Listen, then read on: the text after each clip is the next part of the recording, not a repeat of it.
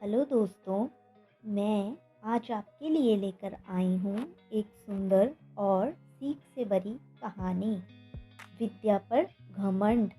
एक बार की बात है, किसी गांव में एक ब्राह्मण रहता था और उसके 4 पुत्र थे। उन चारों में आपस में बहुत ही प्रेम और लगाव था। उन चारों में से 3 ने शास्त्रों का ज्ञान लिया था, लेकिन चौथे ने किसी भी शास्त्र का ज्ञान नहीं लिया था। बिना शास्त्र के ज्ञान के भी वे बहुत ही अधिक बुद्धिमान था।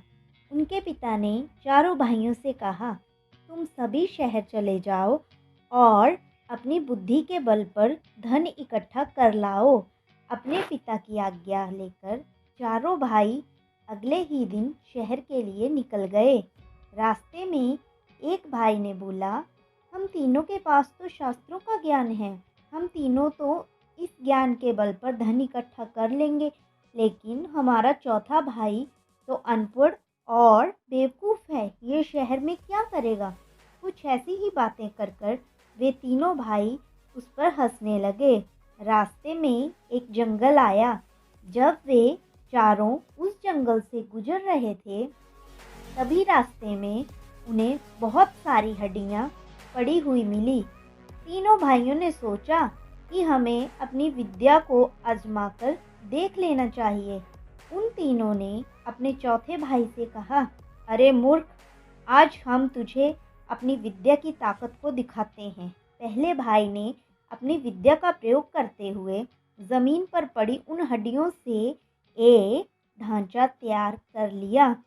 दूसरे भाई ने अपनी विद्या का प्रयोग करते हुए हड्डियों से बने उस ढांचे पर मांस, खाल और रक्त संचार की व्यवस्था कर दी।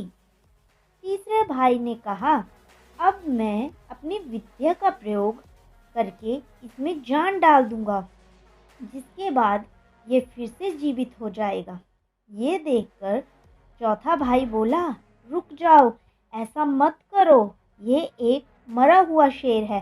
अगर तुम इसमें जान डाल दोगे तो ये जीवित हो जाएगा और फिर ये हम सबको मार देगा। ये सुनकर तीनों भाई बोले, तुम हमें अपनी विद्या का सफल प्रयोग करने से क्यों रोक रहे हो? तुम हमसे जलते हो।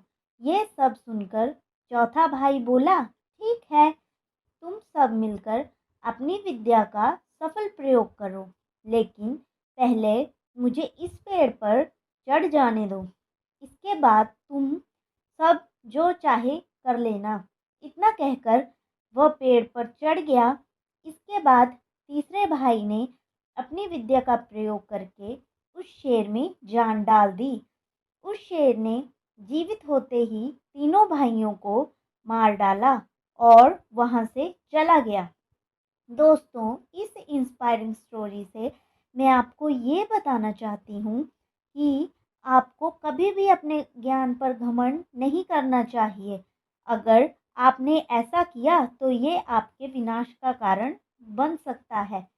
समय के साथ अपने आप में बदलाव लाने की कोशिश करिए, नहीं तो जिस दिन आपको समय ज़बरदस्ती बदलाव करवाएगा, तब तकलीफ़ें बहुत होगी।